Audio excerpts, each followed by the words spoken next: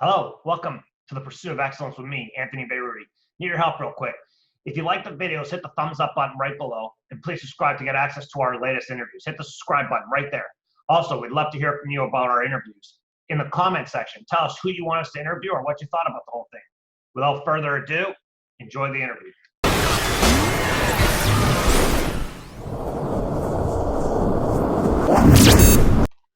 We're very excited today, joined by Brent Charleton, former Carson Graham graduate and Simon Fraser graduate. Thank you very much, Brent, for joining us.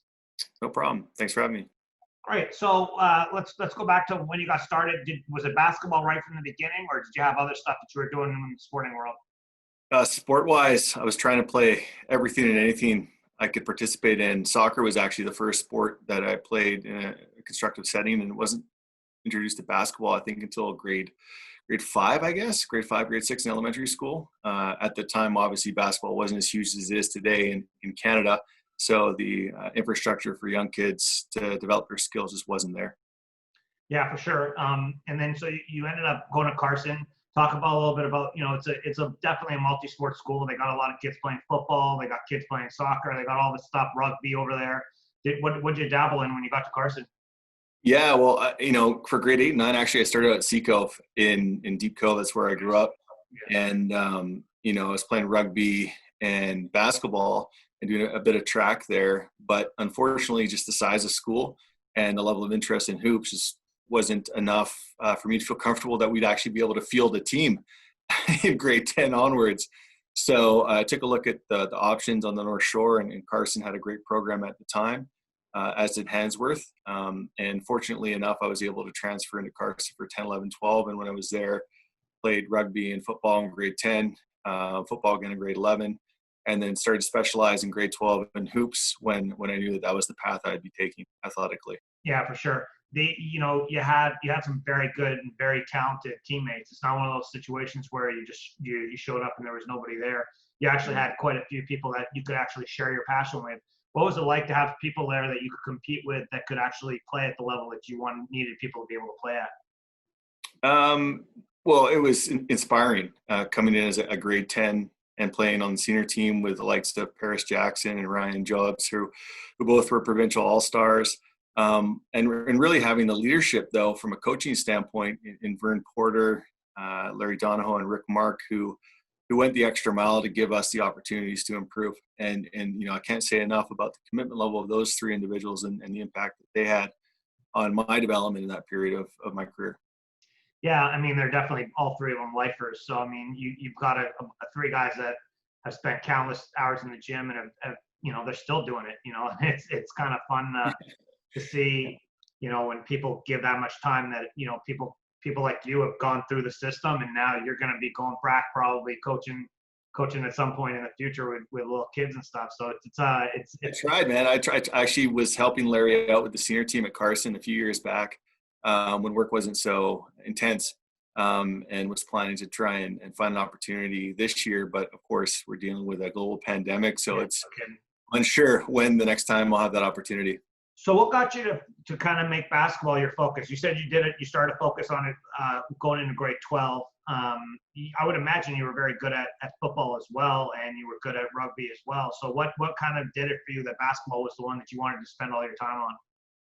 Yeah, great question. I really enjoyed rugby and football and all the other sports, but I looked at basketball as a path to get an education paid for. And so after my grade 11 year, I was lucky enough to be given a scholarship opportunity with Simon Fraser, and I took that. In hindsight, I probably should have weighed options, even though I had a fantastic experience at SFU. But I was cognizant of my family's financial position and didn't want to put any burden on them. And so I leveraged the basketball skill set into a degree at SFU, and that's why I stopped playing football and rugby in grade 12, was because the risk of injury, and if something happened there, I wasn't sure how, let's say, the powers that be at SFU would have reacted. Yeah, for sure. So you guys how'd you guys do at Provincials? You guys had some very good teams. I know you came close to winning it a couple of times. You had some of the top teams in the province. What was it like to go to the Agrodome and play against the top teams and kind of see what it was like? Yeah, it was a fantastic experience. I mean, at the time, House Sound, I'm not sure what it is today, but there was only one berth from the district. And so we were lucky enough to go when I was in grade 10, and we finished third. So we choked in the semifinals against Vancouver College. We went on to play Richmond. We ended up winning the championship that year, led by Pasha Baines and Gil Chung and a few other well-known names in Canadian basketball. And then grade 11, we were in rebuilding mode. We did make it to the BCs again, but finished 8th, so it wasn't a strong showing. And then grade 12, I did much better again, making it to 3rd place, but choking in the semifinals.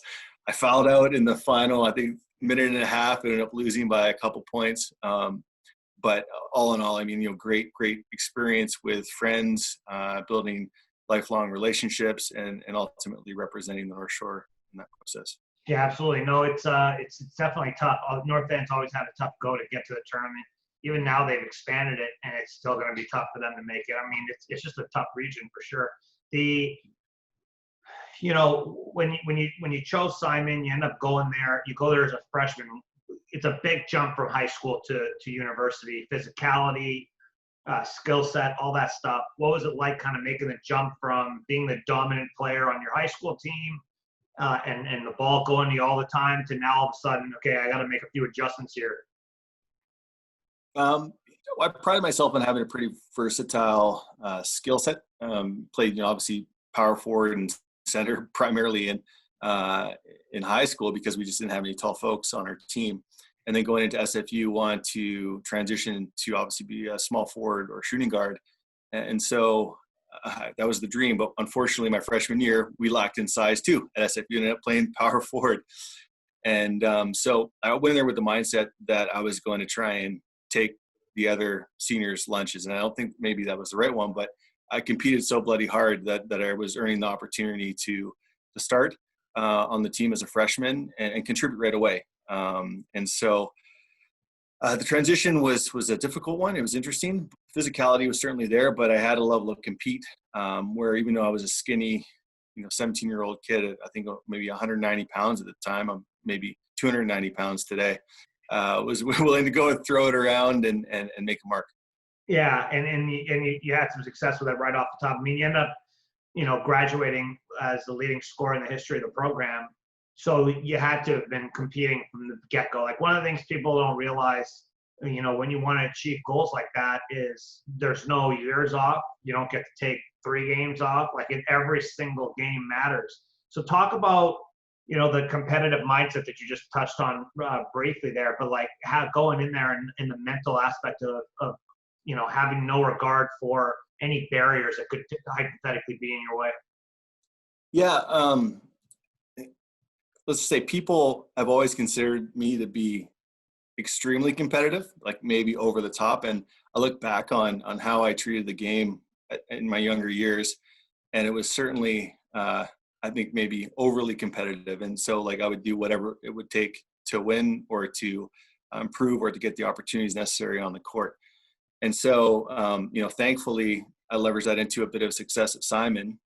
But I think ultimately some of the lessons learned in those times is to approach winning with a competitive mindset, but at the same time have empathy for others and respect for your competitor or competition and what have you. But I think that is definitely, I would see, that the linchpin in how I was able to enjoy some success. Yeah, for sure. I mean, and the transition between sport and business, there's so many things that kind of contrast each other and work with each other to make it work and make you more effective at business. Talk about, so now you're in the business world. You were just named to some very prestigious awards very recently, and it's got to be cool to see that you're getting recognized. But you also got to realize that what happened in sport actually translated directly into the business. How have you felt that it's made an impact? Okay, well, I think first of all, yeah, I'm proud of the accomplishments at Simon and now my business career, but they're not individual accolades in my mind. These are representations of the team's performance over a greater period of time. So, for instance, the scoring record being broken at Simon, that was done over a 5-year stint. And so, I hold that in a different regard than, say, some of the greats like Mike Jackal and Jay Trano, of course, who did all their damage in 4 years. I think that represents just consistency and ultimately buy-in from our team to put me in the right position to succeed. And similarly, in the business world, receiving 40 under 40 this year for BC Business is a representation of the company's performance. And, as the leader of that company and CEO position, I have to rely upon my teammates' performance to get there. So we talk about experience in the sporting world and how does that transition to the business world? Well, certainly you have to have that competitive edge and that drive to always get better on a daily basis. You certainly have to rely upon your teammates and inspire your teammates to do better and buy into the greater goal or the mission of the group. And if you're successful in doing so, then yeah, you're going to enjoy some of the awards and rewards that come with it. Yeah, for sure. I mean, 40 under 40 is a big deal in the BC Business Magazine. Our company's had a bunch of stuff in BC Business Magazine. So when I was reading it, I was like, that's cool. I grew up watching you play at Simon. I grew up watching you play at Carson. So it was cool to be like, hey, this is a guy who's been proficient in the sports world, and he's taken that and has translated to the business world. And that's always nice to see as somebody who's growing up, kind of looking and seeing somebody do those things. So, but like you mentioned, it is definitely a team atmosphere and a team environment. Talk about building a team at EnWave. So you're now at EnWave. You're CEO, you put it together. You're only as good as your weakest link when you're doing this stuff. And so you have to bring in the right people and put them all together and kind of create a team atmosphere in the business world. How has that kind of come together for you? I'd say I had the benefit learning the ropes from an entry level, right? So talk about the transition from sport to a career is not an easy one. And it often brings a lot of anxiety and honestly, it tests your belief in yourself because you haven't done this before. So at EnWave, going in there, I started as a marketing coordinator and gradually made my way through the organization. Being a smaller business, I was able to leverage some value creation opportunities and identify certain individuals within the organization that maybe were pulling their weight, weren't contributing, but I wasn't in a position to help them try and improve or help them find another opportunity outside of the business. And so finally, 2.5, 3 years ago, when I was given the opportunity by our chairman to take on the role of CEO, I knew exactly what changes I wanted to make immediately, which was basically purging those who didn't share the same cultural beliefs as the leadership group, and then bringing on people to fill the gaps that we had in terms of skill sets, people. And once we did that over the first, call it 6 to 8 months, we were then able to function better as a team and start to produce better results, increase value for shareholders, and move things forward. So those would be the tactics that I employed when I was given the opportunity to lead the organization. Absolutely. And it's all about finding the right people and putting them in the spots to succeed. And that's great. So when you graduated from Simon, what did you end up graduating with? What was your degree? It was a Bachelor of Arts, majoring in criminology. And so I'll say this, my focus in university was primarily hoops. Once I got in there and was having a good time playing sport, I coasted by, with the B average type study performance and took classes that I felt would be conducive to allow me to train and have fun. Looking back on that, I would have changed things. I would have pursued a Bachelor of Business Administration and taken school a lot more serious. So if I can give advice to certain athletes that are transitioning from high school to university now and are looking at their sport of choice and saying, I'm going to commit fully to this, don't have balance. Have more balance in your academics because long-term that's going to benefit you, I think, in a more impactful way. Well, it's not even necessarily balance. It's like you actually got to focus. Like you got to that stuff actually matters. It actually makes a difference on your life. So you got to take it a little more seriously. That's just it. So I was thinking perhaps policing or CSIS or something along those lines to pursue after graduation. But of course, I was lucky enough to get the opportunity to go play overseas for a few years, and that allowed me. Talk about that. So where'd you end up going, and what was that experience like? Well, my dad is a New Zealand citizen, so I was able to get citizenship and not be classified as an import playing in both the Australian National Basketball League and the New Zealand Basketball League, which afforded me with a better opportunity to play. So contract with a local team in Auckland, New Zealand, and then also a traveling tour opportunity with the New Zealand Breakers who play in the ANBL in China. So basically got on a plane week after graduation, flew to China, tried out with the Breakers, and they liked me enough that they said, okay, come back. We want you to stay on as a development player on our team, because I was younger and it's a pretty highly competitive league, and then start playing with what's called the Harbour Heat. So ended up starting for the Harbour Heat that season, producing reasonable numbers, like, low double-digit scoring and what have you, and started to make some good contacts and leverage that into 4 seasons in the New Zealand League and 3 seasons in the ANBL. But to be honest, the remuneration wasn't significant by any means. It was more of an experiential time in life. And I had to take a hard look at myself and reevaluate and say, do you want to still be doing this at the age of 30? Or is it now time to pull the pin and move in a different direction to provide yourself with a better stability financially and move back to Canada, which is what I did end up doing.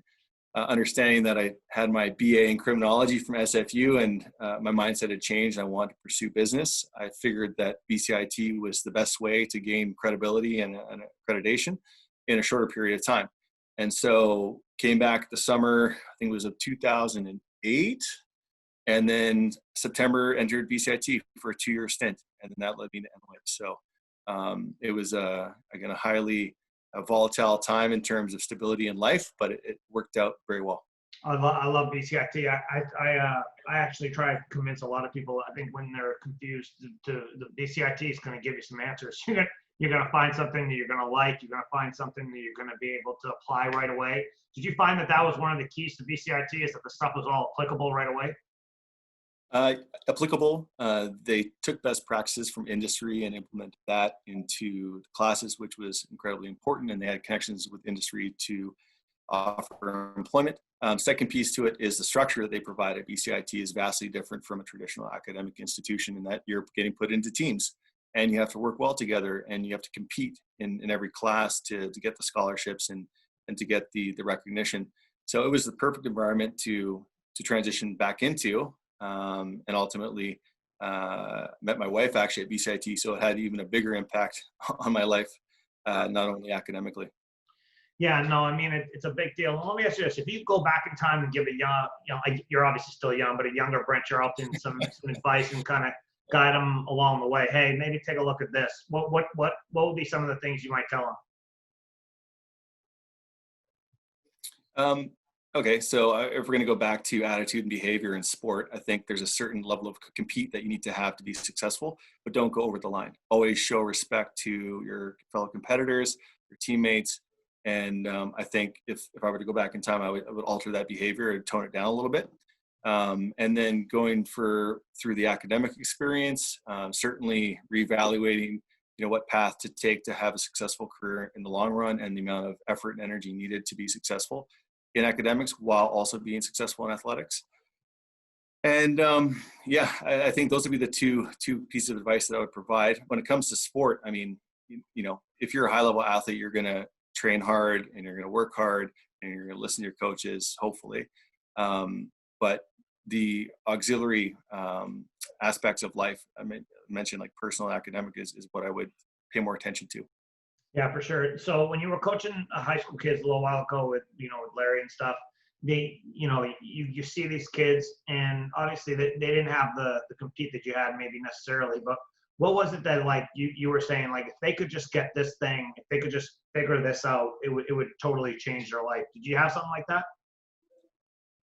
I think the level, I mean, it's hard to convey to all youngsters, but the level of seriousness, like they need to take every day with a level of seriousness and commitment, rather than always wanting to have just fun, right? So, I mean, fun's part of it, but when you're working hard in practice and you're working through different skill drills, you want to be competing at a high level. You want to be taking it seriously, not joking around. and having that same focus when it transitions back into academics during the day, right? So there's time for fun. Just make sure that you segment that from the times when it's important to be serious. Yeah, I mean, that's a great piece. You know, we have some very talented kids that we're coaching, and you see the ones that have a chance to be special, and you're like, I just need you to take it just a little. Like, I don't think you get the level of competition. Like, there's somebody out there busting their ass right now, and you need to be ready to catch them, because if not, they're just going to run you over. Like, the best will run you over, you know? Yeah, in detail. Just from my minimal experience coaching when coming back to Vancouver is you walk through the instruction 1, 2, 10, 20 times, specific footwork or I would say tactics in a skill drill, and for whatever reason they just can't follow instructions. Right. So being able to listen to the details of the instruction, then apply that to your own practice. So when you were playing, Vern Porter was the head coach, correct? Or was it Rick Mark? Yeah, it was Vern Porter assisted by Rick Mark and Larry. So what were some of the things that you think makes Vern? So Vern's obviously, he's a friend of mine, but he's also a coaching legend. So what do you think are some of the things that make him special and allow him to really connect? I find he connects very well with athletes and on a personal level, and that allows him to have the opportunity to get more out of athletes than most coaches. What's your thought on him? Vern is a big, lovable, charismatic guy. And you hit the nail on the head. He connects with athletes because he shows authenticity. He genuinely cares about the kids that he works with. And, he's going to spend the time to get them better, so long as they're as committed as he is to that process. For me, he instilled so much confidence. Like, he continues to tell you, like, you're the best, keep going, like, when you're feeling down. And so, I really cherish the relationship that I had with Vern, but I still cherish the relationship I have with him today, catching up, a couple times a year for lunch or dinner or whatever. Yeah, and I mean, I think people like that, they leave an indelible mark on you and kind of help you towards your future. So,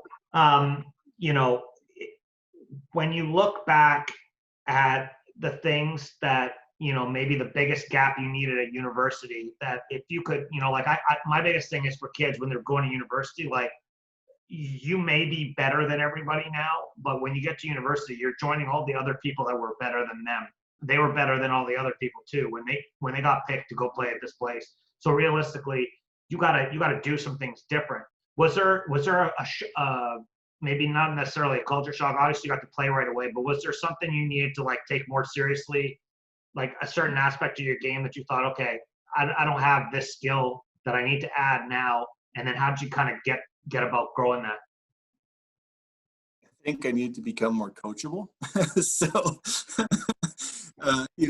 my head coach at SFU was Scott Clark, and he came with a reputation of being a bit fiery at times. And so that wasn't for everybody. And certainly at times it wasn't for me either.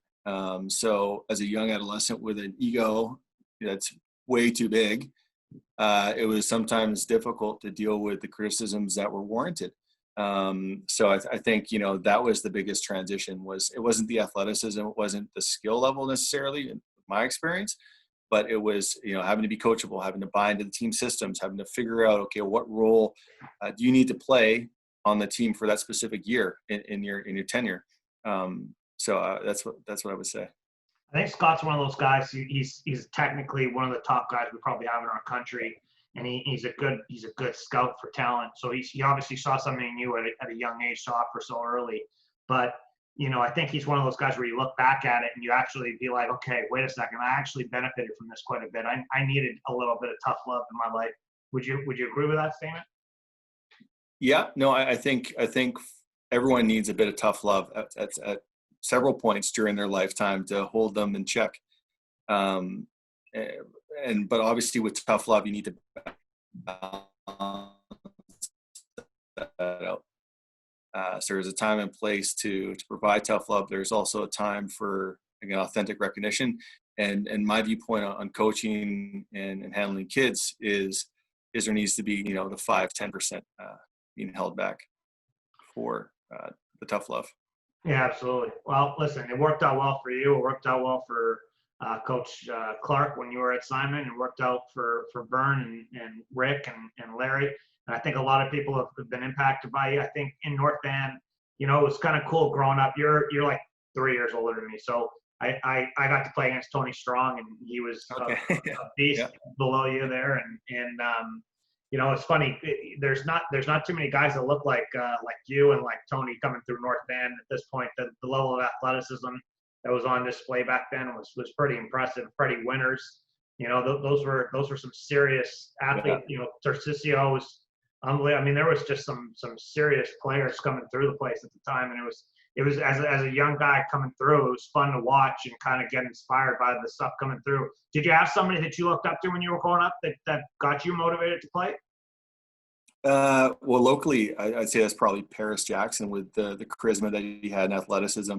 That was someone I looked up to when I transferred to Carson, as well as Ryan Jobs. He was also another really good leader. He led by example. So I would say those two individuals, and then the same vintage. You know, Pasha was the man in high school when I was in grade 10 and he was in grade 12. Right, one of the few Canadian talents that got multiple D1 opportunities at the time, and him going to play in the SEC. That was something that we all looked up to. Freddie Winters, it's funny you name dropped him. Like he's one of my best friends, and he's actually back in Vancouver now. But a guy like Fred, my own vintage, I looked up to him because he was so friggin' athletic and talented. And then obviously you had to make that choice to go to volleyball versus basketball, leading our Canadian national team indoor for many years. I just remember him flying. I mean, you don't see that too often. Now, he used to fly, Yeah. like literally, like this Yeah. guy just looked normal and then just gets in the air and he's not normal anymore. It was pretty biggest dunk I've ever seen in my life, like high school, professional, university, was an inbounds play, under 17s, Western Canada, thrown by I think Adam Friesen, if you remember that name. Oh, yeah. Played at Trinity Western, throwing from out of bounds to Freddie Winters on a backdoor lob. He caught it, cocked it back, and then hammered it while his head was above the rim, and the poor defender was right about his knees. Yeah. Biggest dunk I've ever seen was Freddie Winters out of bounds play. You know, last question. So you mentioned playing provincial team and stuff. What was it like competing against some of the better players while you were in high school in the off season? Like off-season training nowadays is tremendously different than it was when you were coming through.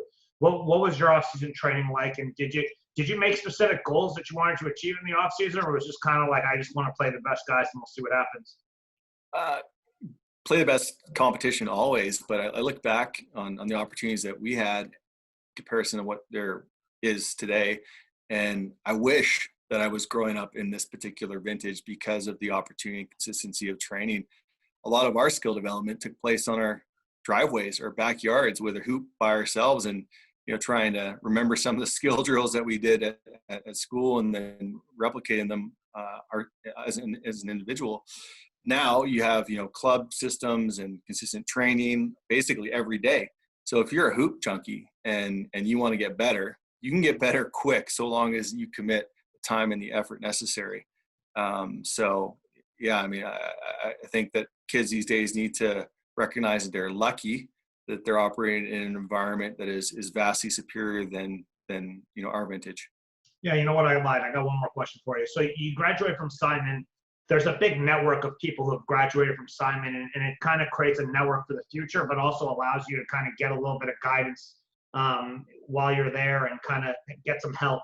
What was it like? You've got these people that are very accomplished that have played at Simon over the years and having their ear a little bit. Did that help at all? Definitely. The Alumni Network at Simon has always been strong in terms of talented individuals that have gone through that program. And now the work that Steve Hansen's doing as coach and the team's performance over the past few years has really been a phenomenal point for reconnection with alumni. I feel that it's getting stronger, and certainly I hope to positively impact the more recent graduates as they're looking for employment or if they need guidance from a business sense, not only a hoop sense. Yeah, absolutely. Well, you know what? I think it's a great opportunity for them. Hopefully they take advantage of it, and I'm glad it's worked out for you. Hopefully your company continues to grow and do great things, and I appreciate you taking the time to join us today. Thank you so much. My pleasure. Thanks for having me. Awesome.